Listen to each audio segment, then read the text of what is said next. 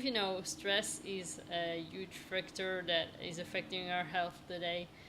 And so, Don, how does it affect our body and our health? And how should people deal with it today?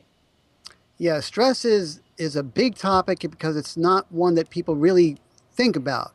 Um, because they know they're eating the healthiest diet and they're exercising not too much, not too little. But they're still being subjected to stress in their life, and it really can cause them to have a serious condition, decades down the road, which is, you have to think about that. So stress is a huge contributing factor to ill health.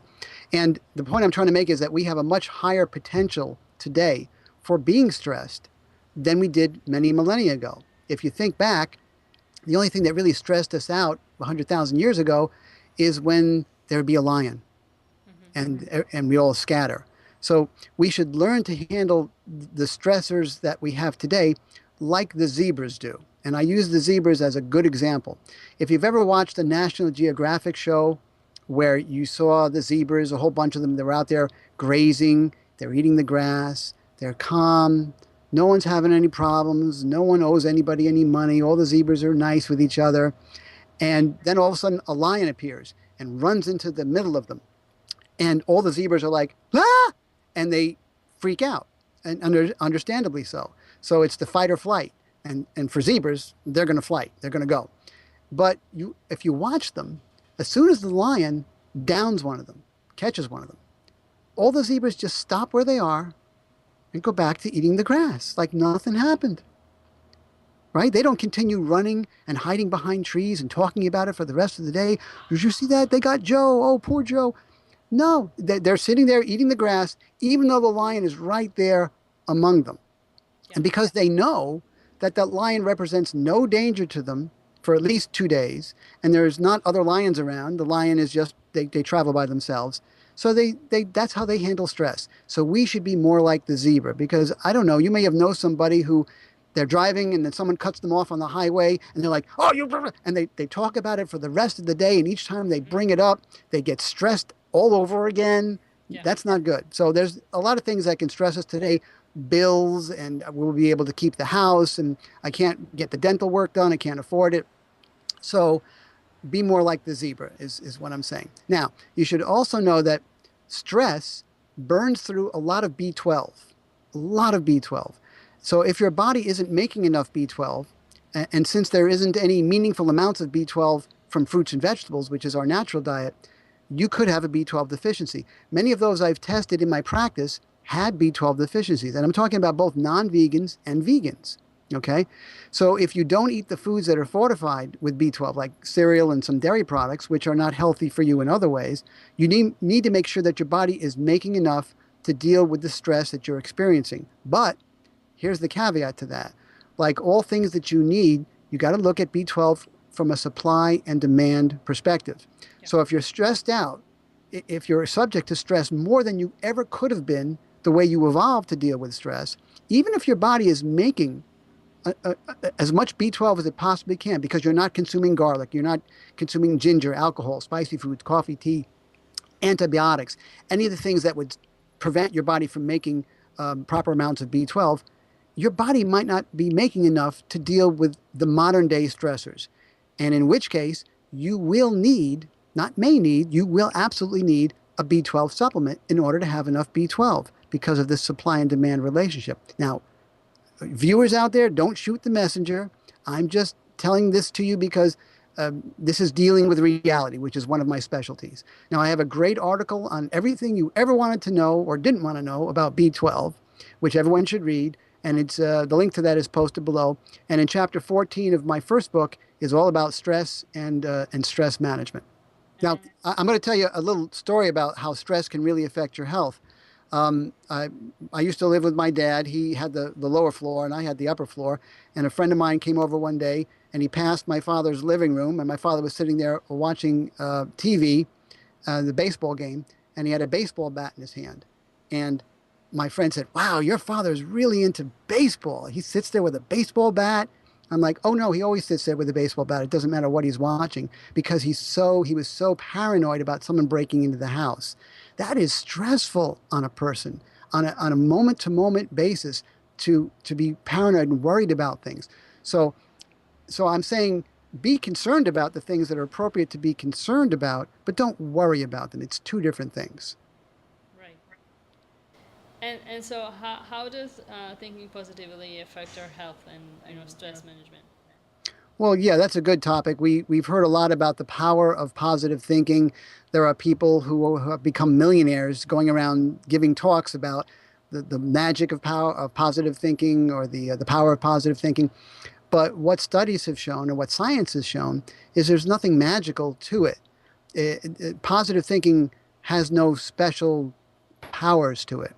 All it means is if you're in a positive frame of mind, if you get into a positive state of mind, what are you not in?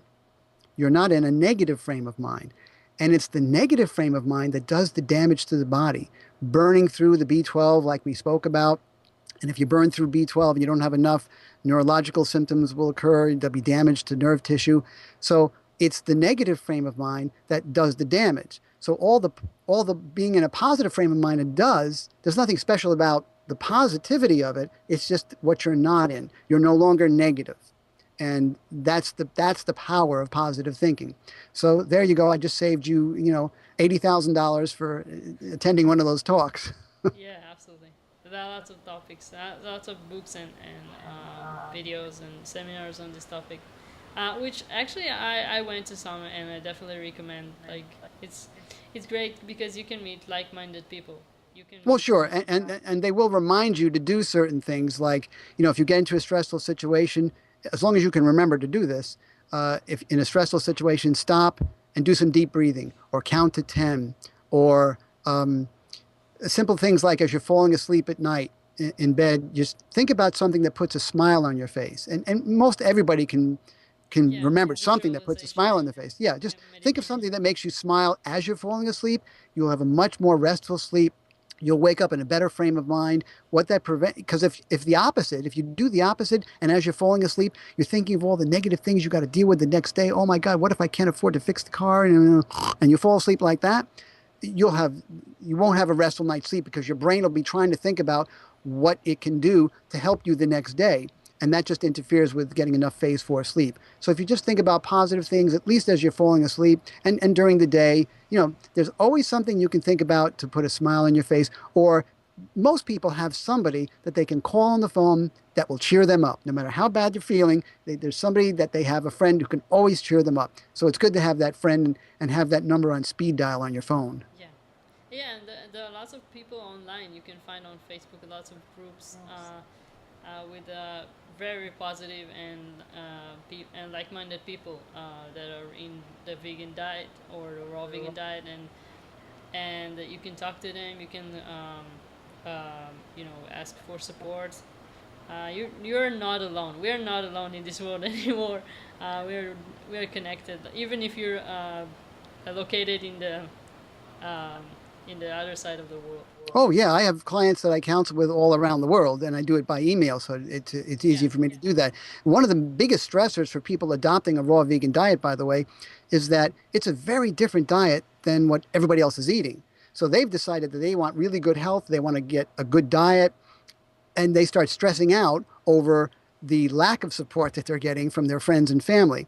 So, a suggestion there is to not care what other people think, because if you care what they think and you do what they do, you're going to get what they get, and you know what they end up getting. So you came to the raw food diet. Most people came to the raw food diet because they want better health. They want better health today. They want better future health. So you just have to not care what other people think. absolutely. Yeah, and also another thing that helps me is listening to music, to uplifting music. So whenever I feel like I'm stressed a little bit, or someone changed my state, my positive state, and I just put some music and it changes like that. I'll give you my music selection it's my go-to piece of music in case I'm getting stressed out and I just want to put things in perspective, and I want to be able to. It's good to do it at night when you're outside, because you can look up at the night sky. How can you look up at the night sky and see all those hundreds of thousands of stars, which are suns, and not get into a different frame of mind? But it's a piece of music. It's the theme song from the movie Forrest Gump. Oh, nice. I That love that. that that lovely piece of music, and it's only 3 minutes, and I'll listen to that, and it's very uplifting, and it just whatever state of mind you were in, negative state of mind, this just gets you right out of it, Yeah, and you can just continue with the rest of your day. that's awesome. Yeah, I agree. It's a good song. Um, yeah, so this is it for this video. If you have any questions, leave them in the comment section below, and we'll see you on the next video.